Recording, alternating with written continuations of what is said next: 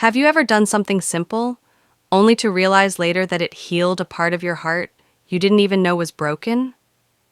The cake that brought my lonely heart back to life. I'll be honest, I didn't bake that day because I was happy. I baked because I was trying not to cry again. That entire week felt like life was pressing its knee on my chest. Work drained me. Friends were busy. My phone barely buzzed. I felt invisible, like the world would keep spinning even if I disappeared quietly.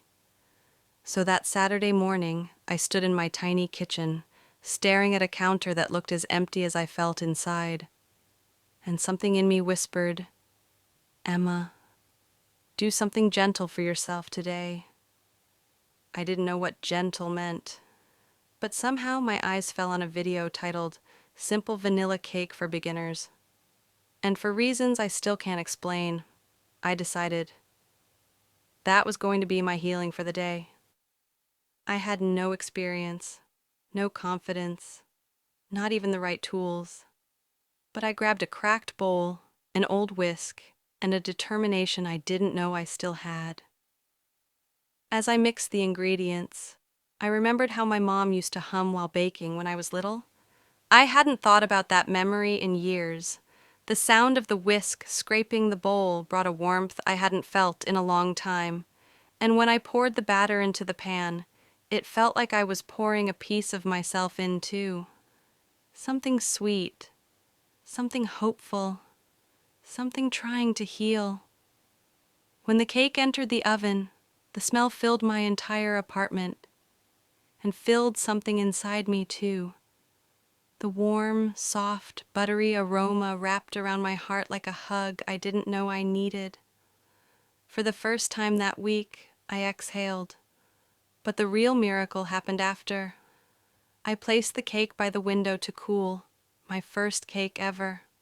Slightly sunken at the center, a little too brown around the edges, but to me, it was beautiful because I made it. That's when I heard a soft voice outside. "Excuse me, is that cake I smell?" I looked down and saw Mr. Smith, my elderly neighbor, the man who never smiled, the man who barely spoke to anyone. I said yes, nervously. He hesitated, then asked with a trembling voice, "Could I maybe taste a piece? My late wife used to bake. I miss that smell." My heart cracked open, not in a painful way, in a human way. So I cut him a slice and met him downstairs. He took one bite, closed his eyes, and tears, real tears, gathered in the wrinkles beside them. He whispered, "This tastes like memory." I almost cried standing there. Grief met comfort in a slice of imperfect cake.